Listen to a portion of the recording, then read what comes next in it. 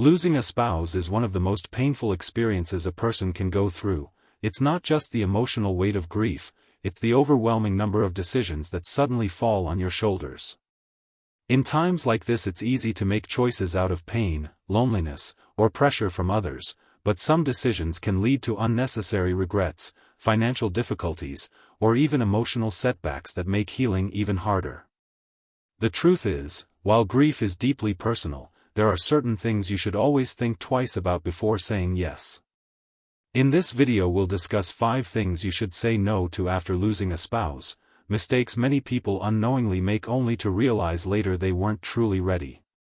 These are the pitfalls that can make an already difficult time even more complicated, and by knowing them in advance you can protect your emotional, financial, and physical well-being. Stay with me until the end because these insights aren't just about avoiding mistakes, they're about making sure you navigate this chapter of your life with clarity, dignity, and the support you deserve. Now let's get started. If you're watching on Timeless Wisdom Path, please subscribe and turn on the bell so you don't miss future videos that help you through this journey. Making big financial decisions too soon after losing a spouse is one of the most common, and painful, mistakes people make during grief. When your partner passes away, you suddenly find yourself facing an ocean of responsibilities that once felt shared: bank accounts, insurance policies, investments, property, and endless paperwork that all demand attention. In the fog of grief, it's natural to feel an urge to act quickly, to take control of something when everything else feels out of control. You might think selling the house will help you move on, or giving money to children and charities will ease the pain. But in truth, grief clouds judgment, and decisions made too early are often driven by emotion rather than clarity. Many widows and widowers later realize they acted out of fear, confusion, or pressure from others. Friends or even financial advisors may suggest quick fixes: sell the house, invest this money, close that account, believing it's practical advice, but these choices can have lifelong consequences. The first year after loss should be about stabilizing, not restructuring. Take the story of Margaret, a 74-year-old widow who sold her family home within months of her husband's passing, hoping a smaller place would make life easier. But after the shock faded, she found herself deeply homesick, missing her neighborhood, the familiar creak of the floors, and even the garden her husband once tended.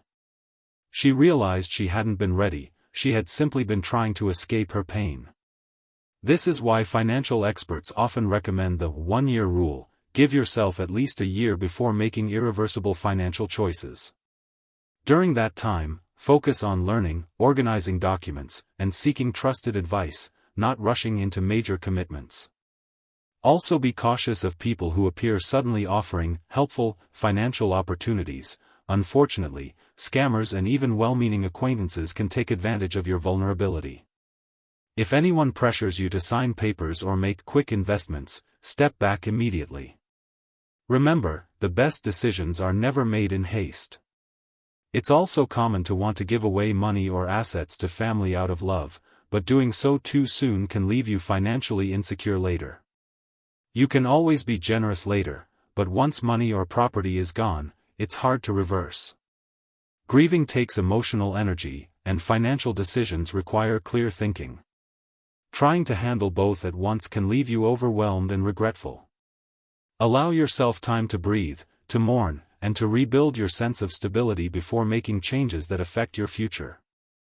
The most loving thing you can do, for yourself and for your spouse's memory, is to protect your financial foundation. Take small, careful steps, surround yourself with honest guidance, and remember, you are not in a race. Healing and wise decisions both take time, and patience now can spare you deep regret later. Isolating yourself from friends and family after losing a spouse is a very common reaction, but it can unintentionally make your grief heavier and more isolating. When someone you love deeply passes away, it's natural to want time alone to process your pain, to retreat from conversations, social events, and even everyday interactions. Solitude can feel safe, a space where you can cry, remember, and simply be without having to explain the depth of your sorrow.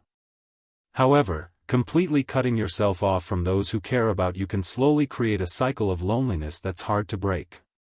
Grief is an emotional burden that weighs on both the heart and body, and prolonged isolation can intensify feelings of sadness, anxiety, and even physical symptoms like fatigue, poor sleep, and weakened immunity.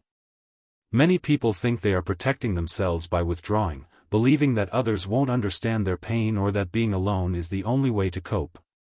The truth is, human connection, even in small doses, is one of the most powerful tools for healing. Take the story of Walter, a 78-year-old widower whose wife of 52 years had passed. At first, he stopped answering phone calls, skipped family gatherings, and rarely left the house, telling himself that people couldn't understand his grief. Months went by, and instead of feeling lighter, his sadness deepened, and his days felt empty and blurred together. It wasn't until a neighbor gently insisted he join her for coffee that a small change began. That one conversation led to weekly visits, and gradually, Walter found himself reconnecting with friends and family, feeling a sense of relief and companionship he hadn't realized he missed. Re-engaging with people doesn't have to mean forcing yourself into big social events. Even answering a phone call, taking a short walk with a friend, or joining a support group can create meaningful connection. You might not always feel like talking or sharing, and that's okay. Simply being around others, listening, or observing life continuing outside your own grief can provide comfort and stability. Another challenge is the temptation to push away the people who care most, especially when grief brings irritability, exhaustion, or a sense of disconnection. Friends and family may not have the perfect words, but their presence, patience, and small acts of kindness can remind you that you are not alone. Similarly, connecting with others who have experienced similar losses can be deeply validating.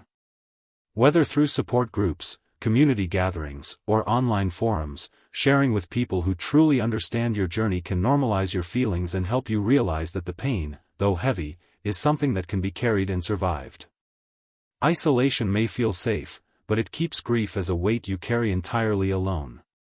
Taking slow, intentional steps to stay connected, even in small ways, can provide strength, hope, and unexpected moments of joy.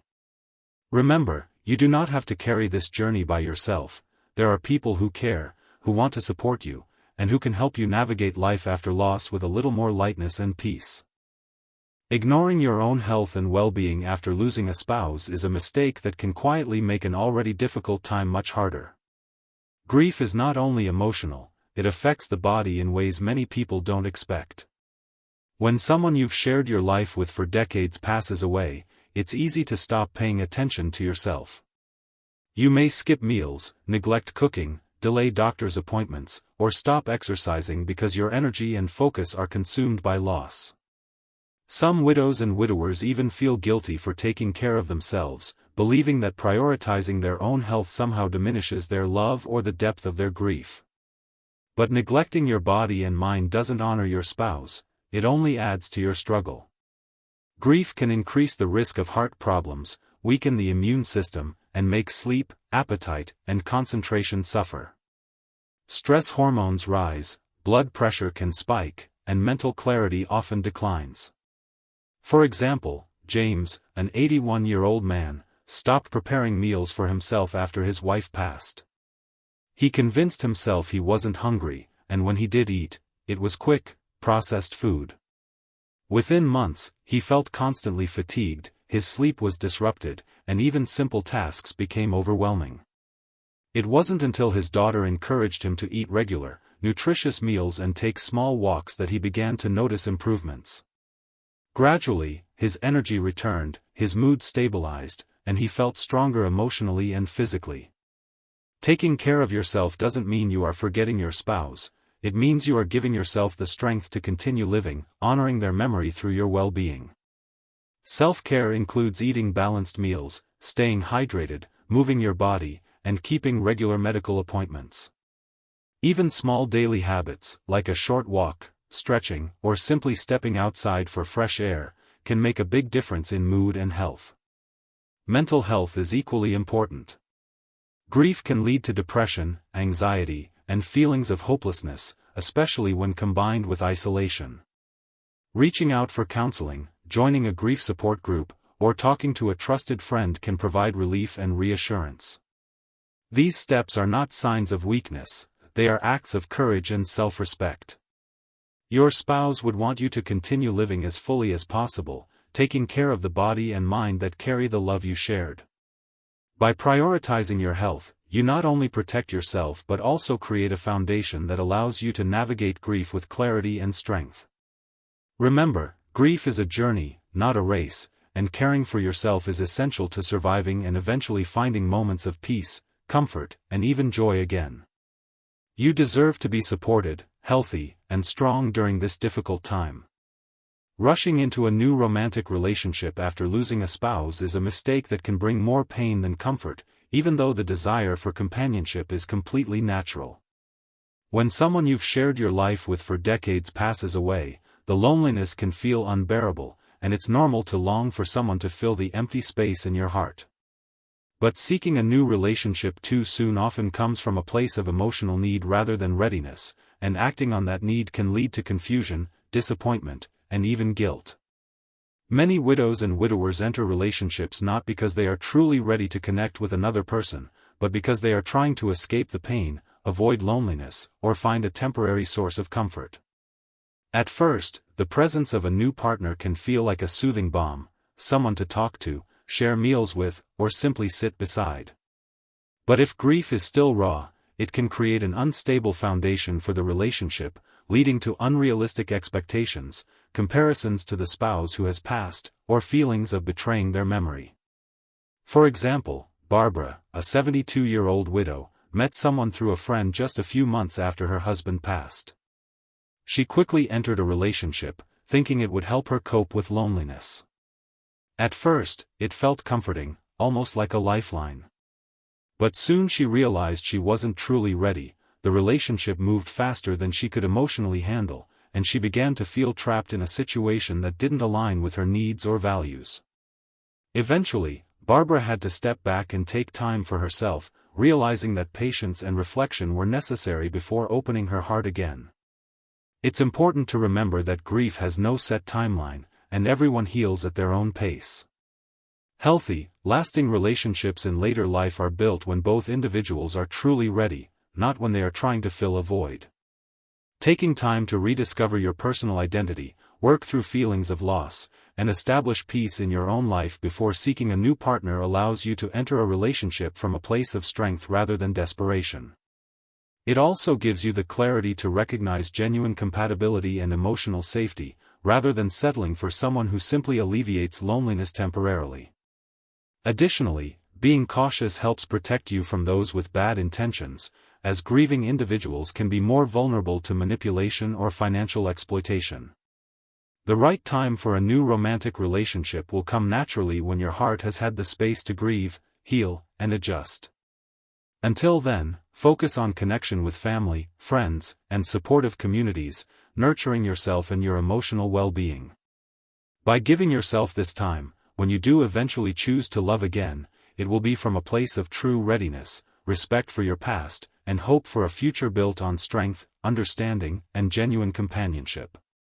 Holding on to every possession without letting go after losing a spouse is a natural and deeply human reaction, but it can make the grieving process much heavier than it needs to be.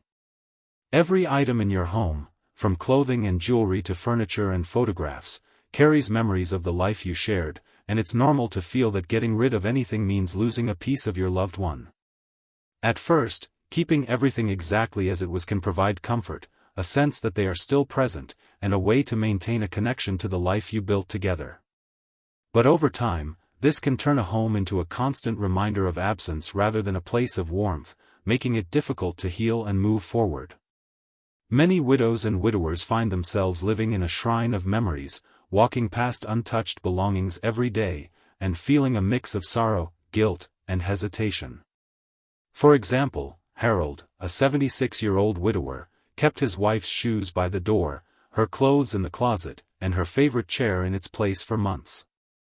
At first, it felt like a way to keep her close. But slowly he realized that the untouched items were preventing him from living fully in the present. The constant reminders of loss made it harder to adjust emotionally.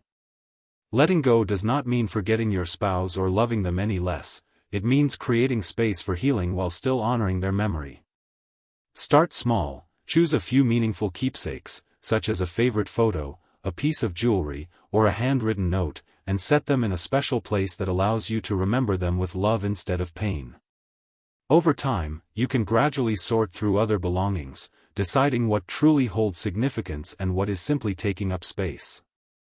Some people find comfort in creative ways to preserve memories, turning old clothing into a quilt, compiling letters into a memory book, or passing cherished items to family members who will care for them. These actions allow the essence of your spouse to remain present, while also giving you freedom to live your life. It's also important to resist pressure from friends or family who may suggest clearing things out too quickly. Only you can know when the time is right to release items. Clinging to everything out of guilt, fear, or obligation can keep you emotionally stuck far longer than necessary. By letting go thoughtfully and slowly, you allow yourself to move forward while still carrying the love, memories, and lessons from your spouse in a way that supports your healing. Grief is not about the objects, it's about the bond you shared. Creating space for yourself does not erase that bond, it strengthens it by giving you room to live, breathe, and eventually find moments of peace, joy, and renewed purpose in life. Losing a spouse reshapes your world, and every decision in those early months feels weighted. Saying no to rushed financial moves, long isolation, neglecting your health, jumping into a new relationship too quickly, and clinging to every possession gives you room to grieve with wisdom and protect your future. Healing has no schedule, and choosing patience, counsel, and small acts of self-care honors both your loss and your life ahead. What resonated with you most?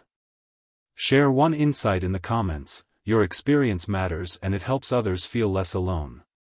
If this helped you, please like, subscribe to Timeless Wisdom Path, and share this video with someone who might need it.